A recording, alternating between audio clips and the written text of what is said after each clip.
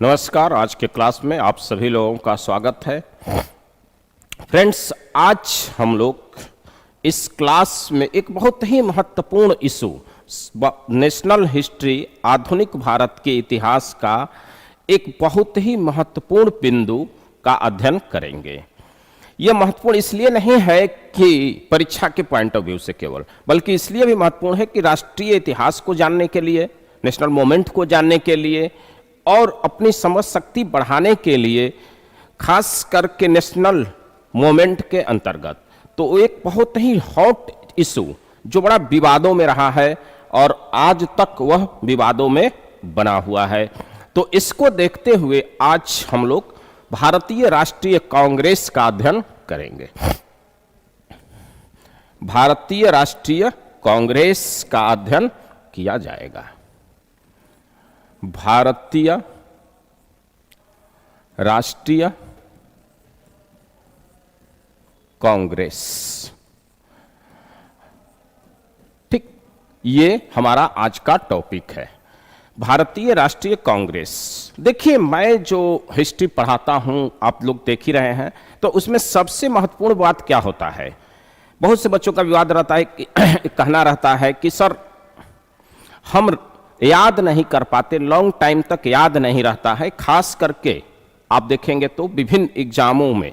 तो उसके point of view को देखते हुए हम लोग हमेशा ये बल देता हूं, खास करके मैं, कि इसको एक ऐसा कर दे ताकि बच्चे सरलता से इसको तैयार कर सके। उसी क्रम में हम आपको फॉर्मेटिंग के थ्रू बताएंगे कि कैसे इसको पढ़ा जाएगा। तो कांग्रेस को तैयार करने का एक ही फार्मूला है कि सबसे पहले इसका एक सामान्य परिचय देख लिया जाए। ठीक है, कांग्रेस की स्थापना से संबंधित सामान्य परिचय कि कैसे घटनाक्रम आगे बढ़ा, किस तरह से हुआ स्थापना, कैसे एक संगठन के रूप में कांग्रेस आती है। फिर दूसरा देखेंगे हम लोग कांग्रेस की स्थापना से संबंधित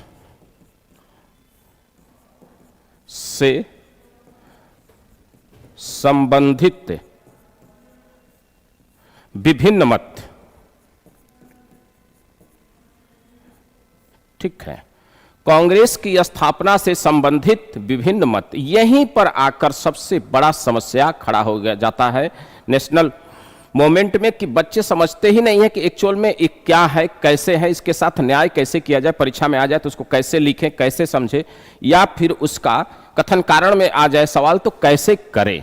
ठीक, उसको भी देखेंगे। फिर हमें देखना होगा विभिन्न अधिवेशन, कांग्रेस की विभिन्न अधिवेशन, ये भी महत्वपूर्ण है कि कांग्रेस की विभिन्न अधिवेशन को देखा जाएगा। अब यहां पर तीन बातें आ गई खुलकर, क्या क्या? कांग्रेस के स्थापना के सामान्य परिचय, दूसरा स्थापना से संबंधित विभिन्न मत, ठीक है, या सिद्धांत, और फिर जो कुछ कांग्रेस का विशेष है परीक्षा के पॉइंट ऑफ व्यू से, जैसे पहला अधिवेशन, दूसरा, तीसरा, चौथा, ये तो विशेष है। इसके अलावा भी 1906 का अधिवेशन, फिर 1907 का अधिवेशन, 1916 का अधिवेशन जो लखनऊ अधिवेशन हुआ, ठीक, उस तरह से पूर्ण स्वतंत्रता की मांग 1929 लाहौर अधिवेशन, फिर 1931 कराची अधिवेशन। तो कुछ महत्वपूर्ण है, जहां पर महत्वपूर्ण घटनाक्रम होता है उसको देखा जाना चाहिए। अब अगर इस तीन पॉइंट के अंतर्गत आप कांग्रेस से संबंधित आप अगर अध्ययन करते हैं तो ना ही आपका एक भी सवाल ऑब्जेक्टिव मोड में बाहर जाएगा, ना ही आपको कंफ्यूजन होगा, ना ही आप अगर लिखित तौर पर चाहते हैं तो ना ही लिखित तौर पर भी बाहर जाएगा। ठीक है, आप चाहें तो इसको भी आराम से, किसी भी कथन कारण का सवाल हो या लिखने का हो 200 शब्द में, तो आपको कोई प्रॉब्लम नहीं आएगी। और विभिन्न अधिवेशन जो आपको परीक्षा में, विभिन्न परीक्षाओं में जो पूछे जाते हैं, वहां से ज्यादा मिलता है कि किसकी अध्यक्षता कौन किया, कहां पे अधिवेशन हुआ, क्या विशेष था उस अधिवेशन में। तो इसमें 3 पॉइंट देखा जाता है कि कब हुआ, किस नंबर का अधिवेशन है और उसकी अध्यक्षता कौन किया, और उसमें कुछ विशेष है तो वो देखा जाता है। जैसे फॉर एग्जाम्पल पूर्ण स्वराज्य की मांग सर्वप्रथम किस कांग्रेस अधिवेशन में किया गया? तो लाहौर अधिवेशन 1929। या फिर पूछा जाता है कि पूर्ण स्वराज्य की मांग किसके अध्यक्षता में किया गया? जवाहरलाल नेहरू। तो इस तरह से इसको तैयार करने का ये अप्रोच है। अगर आप इस अप्रोच से पढ़ाई करते हैं तो मैं दावा करता हूं कि कभी भी आपको कंफ्यूजन नहीं होगा और 95% क्वेश्चन, चाहे जिस भी नेचर का हो, पीटी हो, मेंस हो, आप इंटरव्यू हो, या समझ शक्ति बढ़ाने के लिए हो, या चैप्टर को समझने के लिए हो, आपका ये पूरा मदद करेगा। ठीक है, तो कांग्रेस की स्थापना के सामान्य परिचय को पहले देखा जाएगा, फिर उसके विभिन्न मतों को देखा जाएगा। ठीक है, तो देखते हैं इसका सामान्य परिचय कैसे घटनाक्रम हुआ, कैसे क्या होता है एक भूमिका के तौर पर। ठीक है, तो देखिए कांग्रेस की स्थापना एक समय की डिमांड थी। क्या थी? समय की डिमांड थी, क्योंकि कांग्रेस पूर्व कई संगठन बन चुके थे, राष्ट्रीयता का चेतना बड़े स्तर पर प्रसारित हो चुका था। आप देखेंगे तो कई संगठन आपको मिलता है कि वहां पे बन चुके थे और राष्ट्रीयता की चेतना बड़े स्तर पे स्थापित हो चुकी थी। ठीक है, अब राजनीतिक हिस्सेदारी को बढ़ाने के लिए, राजनीतिक गतिविधि को बढ़ाने के लिए भारत में एक राष्ट्रीय मंच की जरूरत थी। किसकी? भारत में एक राष्ट्रीय मंच, जहां से राष्ट्रीयता के गतिविधि को हैंडल किया जाए, उसको आगे बढ़ाया जाए। इसकी एक अति आवश्यक था, इसकी जरूरत थी, और यह इसी को डिमांड में रखते हुए यहां पे एक संगठन का जरूरत पड़ा जो राष्ट्रीय स्तर पर भारतीय राष्ट्रीय आंदोलन की अभिव्यक्ति बन सके, जहां से हम राष्ट्रीयता के अभिव्यक्ति को अभिव्यक्त कर सकें। ठीक है, और इसी में कांग्रेस की स्थापना का नींव पड़ता है। यह अलग बात है कि भारतीय राष्ट्रीय कांग्रेस की स्थापना एक अवकाश प्राप्त आईसीएस ऑफिसर जो अंग्रेज था, अवकाश प्राप्त आईसीएस पदाधिकारी, ठीक है, जिसका नाम है एयो ह्यूम, जो एक रिटायर्ड आईसीएस ब्रिटिश पदाधिकारी है, उसी के देख रेख में, उसी के गाइडेंस में हुआ। ठीक है, ये घटना होता है कि इसी के देख रेख में, इसी के नेतृत्व में हुआ, और एयो ह्यूम के, और ये भी सत्य बात है कि ये अपने इंटरेस्ट से करवाया था। ठीक है, तो एयो ह्यूम के देख रेख में एक राष्ट्रीय मंच की स्थापना होती है। इसके विषय में यह कहा जाता है कि सर्वप्रथम इसकी मीटिंग, कॉन्फ्रेंस, सम्मेलन जो होने वाला था वो पूना में होने वाला था। कहां पर? पूना में, पुणे में होने वाला था। लेकिन पूना में उस समय प्लेग फैल जाता है, एक महामारी फैल जाती है, प्लेग फैल गया, जिसके कारण इस सम्मेलन को यहां से हटा दिया गया। ठीक है, इस सम्मेलन को यहां से हटा दिया गया और इसको शिफ्ट कर दिया गया बंबई में। कहां पर? बंबई में। बंबई के गोकुलदास तेजपाल संस्कृत कॉलेज में इसका पहला कॉन्फ्रेंस होता है। गोकुलदास तेजपाल संस्कृत कॉलेज में होता है और वहां पर 72 प्रतिनिधि हिस्सा लेते हैं। कितने प्रतिनिधि हिस्सा लेते हैं? 72 प्रतिनिधि इसमें हिस्सा लेते हैं।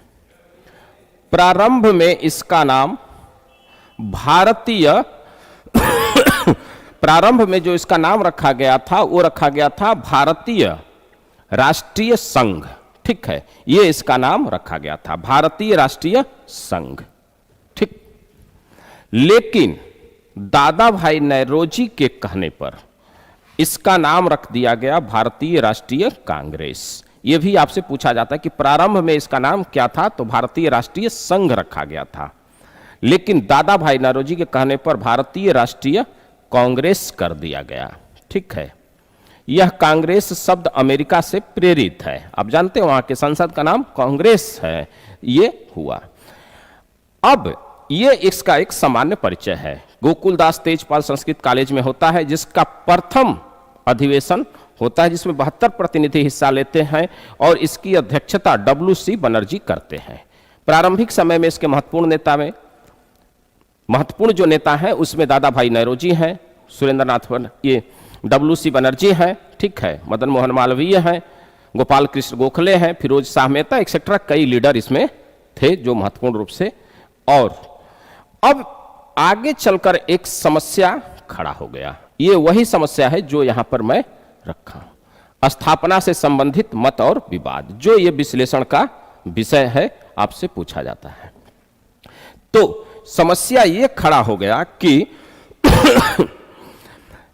इस संगठन का निर्माण करने में एक ब्रिटिश पदाधिकारी का विभिन्न मत पहले इसमें डाल लीजिए, कांग्रेस के स्थापना संबंधित विभिन्न मत, ठीक है।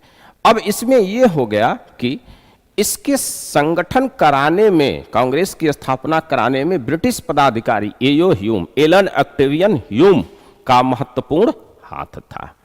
यहीं से एक प्रश्न उठना स्वाभाविक है और प्रश्न उठना शुरू हो गया कि ह्यूम जो उस समय के गवर्नर जनरल थे डफरिन के निर्देशन में काम किए थे, ये यहां पर प्रश्न उठ गया। और ये प्रश्न लाला लाजपत राय अपने यंग इंडिया के लेख में उठाते हैं, जिसमें ह्यूम के जीवनीकार विलियम बेडनबर्न के द्वारा लिखे गए बातों को आधार बनाकर यह कहते हैं। तो कांग्रेस के स्थापना से संबंधित जो मत आता है उसमें अब दो मत आपके सामने प्रकट होंगे। एक मत है जिसका नाम है सेफ्टी वाल्व का सिद्धांत, सेफ्टी वाल्व का सिद्धांत, ठीक है।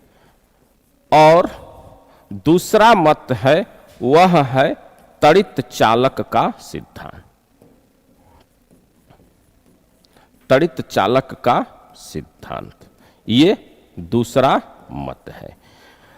सेफ्टी वाल्व का सिद्धांत यहीं से आता है कि डफरिन के निर्देशन में ये काम किए थे।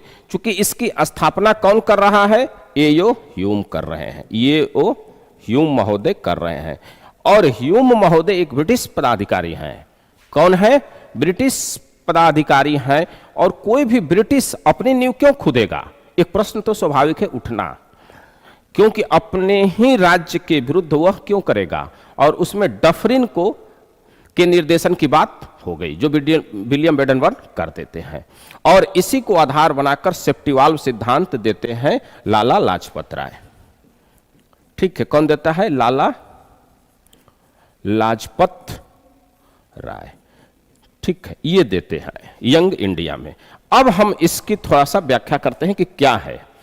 तो दरअसल लाला लाजपत राय का कहना था कि 1857 की क्रांति जब हुई थी तो वो असफल हो गई थी। उसके बाद से भारत में अंग्रेजों के प्रति बड़े स्तर पर एक कुंठा, एक नाराजगी, एक असंतोष व्याप्त हो रहा था। उस नाराजगी को अगर इतिहास के भाषा में कहें तो राष्ट्रीय चेतना का प्रसार हो रहा था, विकास हो रहा था। इस बात को डफरिन समझ रहा था कि भारत में एक बहुत बड़े स्तर पर ज्वालामुखी का उद्गार होने वाला है, राष्ट्रीय चेतना के रूप में, राष्ट्रीय चेतना रूपी एक ज्वालामुखी का उद्गार होने वाला है। इस बात को डफरिन समझ गया। डफरिन इसके लिए एओ ह्यूम को आगे करता है कि तुम जाओ और भारतीयों से मिलकर उनको विश्वास में लेकर एक ऐसा मंच बना दो जो हमारे लिए सेफ्टी वाल्व का काम करे। हमारे लिए किसका काम करे, सेफ्टी वाल्व का काम करे। सेफ्टी वाल्व क्या होता है पहले इसको समझ लो। आप कुकर में खाना बनाते होंगे, वही हॉकिंस वाला कुकर। उस कुकर में देखे होंगे कि सीटी जाम हो जाती है तो उसके बगल में ही एक सेफ्टी वाल्व लगा होता है। जैसे ही सीटी जाम हो जाएगी तो उसका जो भाप होता है उस सेफ्टी वाल्व के रास्ते से निकल जाता है, सेफ्टी वाल्व फट जाता है। तो बाईपास देने का एक रास्ता है कुकर में, सेफ्टी वाल्व, एक सिंपल समझ लो। उसी तरह से कांग्रेस एक बाईपास के रूप में कांग्रेस का यूज एओ ह्यूम और डफरिन मिलकर किए थे। ठीक इस बात को आरोप लगाते हैं सेफ्टी वाल्व सिद्धांत में, क्योंकि भारत में जो ज्वालामुखी का उद्गार हो रहा था, जो राष्ट्रीय चेतना आक्रोश अंग्रेजों के विरुद्ध पनप रही थी, उसके वाष्प को, उसके स्टीम को, भाप को कांग्रेस के माध्यम से बाईपास देकर निकालने का प्रयास डफरिन का था। इसी को सेफ्टी वाल्व सिद्धांत कहा जाता है, ताकि यह अपने उद्गार के रूप में आकर विस्फोट न कर ले जाए और ब्रिटिश साम्राज्य को उसी तरह की परेशानी न झेलना पड़े जो 1857 की क्रांति के दरमियान झेले थे, या उससे बेहतर, उससे बड़ा समस्या न झेलना पड़े। ठीक इस तरह के सेफ्टी वाल्व सिद्धांत का आरोप लगाया जाता है लाला लाजपत राय द्वारा। आगे चलकर इंडिया टुडे में रजनी पामदंत भी इसी तरह से कहते हैं। ठीक, तो ये होता है।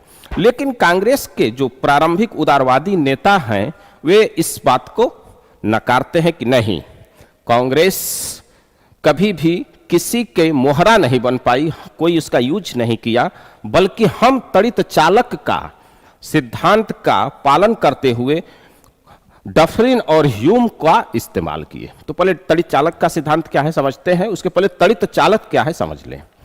तड़ित चालक वह होती है जब कोई आसमानी बिजली गिरती है तो उसको बाईपास देकर जमीन के अंदर पहुंचा देता है, जिससे मकान पे कोई क्षति नहीं होती।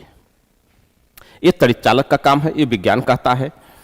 अब है कि यहां पे क्या था, तो तड़ित चालक सिद्धांत के अंतर्गत अंग्रेजों का इस्तेमाल भारतीय नेता किए ताकि अंग्रेजों के कोपभाजन बनने से हम बच जाएं। समझ में आ रहा है, ताकि अंग्रेज का हम कोपभाजन न बन पाए। कैसे? अगर कोई भारतीय आगे बढ़कर एक्टिव होकर एक राष्ट्रीय मंच बनाता, एक राष्ट्रीय संगठन बनाता, तो प्रारंभिक स्तर पर ही अंग्रेजों के द्वारा उसको कुचल दिया जाता, उसका कोपभाजन बनने का डर रहता। इसलिए भारतीय नेता अंग्रेज को आगे किए ताकि अंग्रेज इस बात पे शक न कर सके कि ये हमारे विरोध में कुछ कार्य कर रहे हैं। इस तरह से एओ ह्यूम को विश्वास में लिया गया, एओ ह्यूम को आगे बढ़ाया गया और उनके माध्यम से एक हम राष्ट्रीय संगठन बना लिए। और इस तरह से हमारे लिए एओ ह्यूम एक तड़ित चालक की तरह काम आए और हम होने वाले बर्बादी से, होने वाले ब्रिटिश कोपभाजन से बच गए। यह है तड़ित चालक का सिद्धांत। अब मेरा सिद्धांत समझ लो कि मैं मानता हूं, जो आपको अंततः निष्कर्ष में देना होगा। कोई पूछता रहता है क्या है, तो सेफ्टी वाल्व सिद्धांत का जहां तक प्रश्न है, तो इसमें अंततः यही है कि भारतीय लोगों को मोहरा बनाया गया, ये बेवकूफ बनाया गया। लेकिन इतने पढ़े लिखे हाईली एजुकेटेड लोग हैं, W.C. बनर्जी हो, दादा भाई नौरोजी हो, गोपाल कृष्ण गोखले हो, फिरोज शाह मेहता हो, ये लोग इतने कमजोर नहीं थे कि अंग्रेजों के चाल को नहीं समझ सकते, बेवकूफ नहीं बन सकते थे। ये इतना तो है कि ये बेवकूफ नहीं बन सकते थे, उनके चाल में नहीं फंस सकते थे, इतने तो ये टैलेंटेड थे। तो इसलिए अंततः देखा जाए तो इसमें बीच का रास्ता यह है कि दोनों अंग्रेज समझे कि हम इसका यूज कर लें, भारतीय नेता सोचे कि हम यूज कर लें।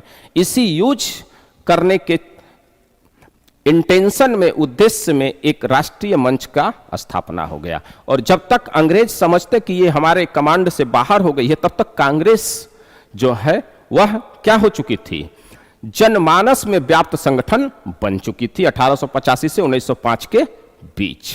इस संगठन के बनने में किसी का महत्वपूर्ण योगदान है तो वह है कांग्रेस पूर्व कई संगठन बन गए थे जिनका राष्ट्रीय चेतना का चरम परिणति है भारतीय राष्ट्रीय कांग्रेस। ठीक, इस तरह से हम दो लाइन में इसका निष्कर्ष दे देंगे। ठीक है, और इस तरह से हम बच जाएंगे, न हम इधर जाएंगे न इधर जाएंगे। ठीक है, जो स्टूडेंट का अप्रोच होना चाहिए ये यही होना चाहिए कि यही काम हमें करना है, हमें किसी विचारधारा में नहीं बंधना है। ठीक, इस तरह से ये घटना होती है। अब हमारा तीसरा जो पहलू है वह है विभिन्न अधिवेशन। ये वाला है, ये आपको पीटी मेंस हर जगह पर काम आता है। तो ये विभिन्न अधिवेशन को हम देखेंगे अब। ठीक है, इसको देखा जाएगा। तो सबसे ज्यादा सवाल जो आता है वो आता है विभिन्न अधिवेशन से। ठीक है, ये यहां पर आता।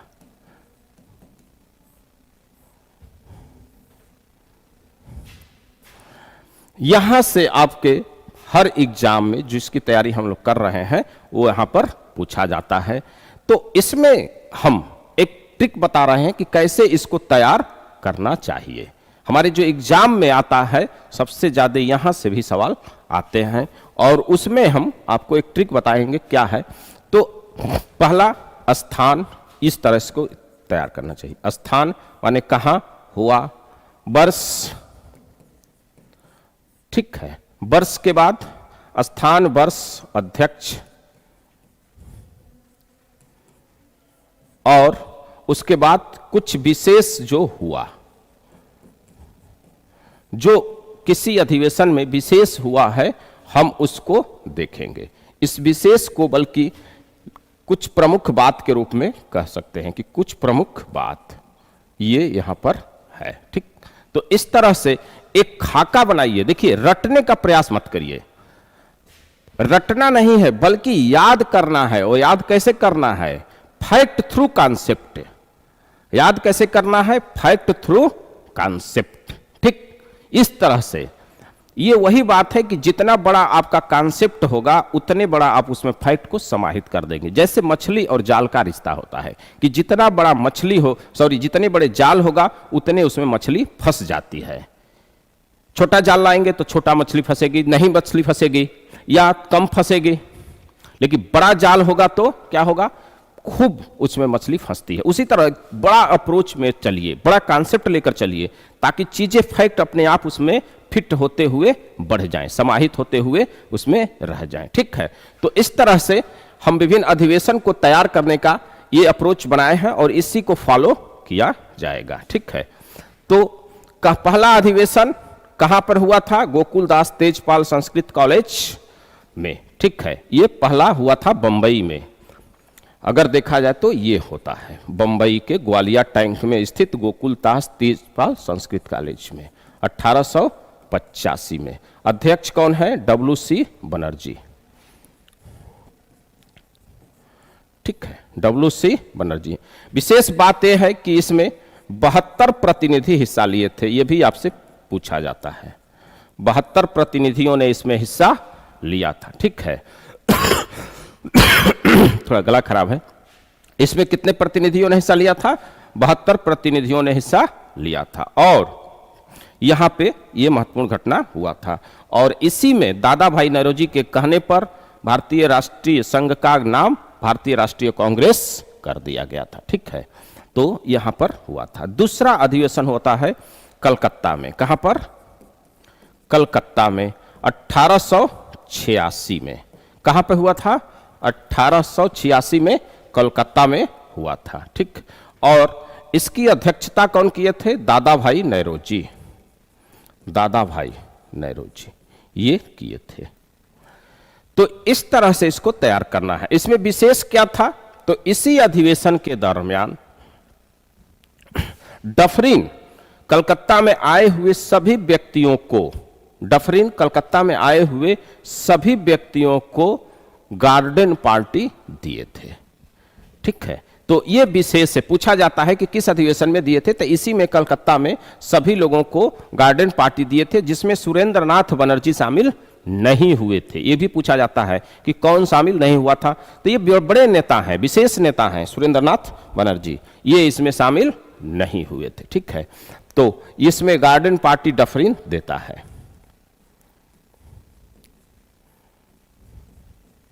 गार्डन पार्टी दिया था डफरिन ने, ठीक। किसने? डफरिन ने, ठीक। और इसमें सुरेंद्रनाथ बनर्जी शामिल नहीं हुए थे। तो यह भी एक महत्वपूर्ण पहलू है, इसको हमें देखना है। फिर तीसरा अधिवेशन, शुरू के 4-5 तो आपको याद ही रहना चाहिए कम से कम। तो अगला अधिवेशन कब होगा? 1887 में मद्रास में। मद्रास में 1887 में, 1887 में, ठीक है, जिसकी अध्यक्षता बदरुद्दीन तैयबजी किए। बदरुद्दीन तैयबजी साहब किए थे। इसकी अध्यक्षता यही करते हैं बदरुद्दीन तैयबजी साहब। और तैयबजी साहब कांग्रेस के पहले मुस्लिम अध्यक्ष बनते हैं। यह भी सवाल पूछा जाता है, बहुत महत्वपूर्ण सवाल है कि कांग्रेस के पहले अध्यक्ष कौन थे जो मुस्लिम थे। तो ये यही है, ठीक है। और तैयब जी ने कांग्रेसी बनों का नारा दिया था। कांग्रेसी बनों का नारा यहीं पर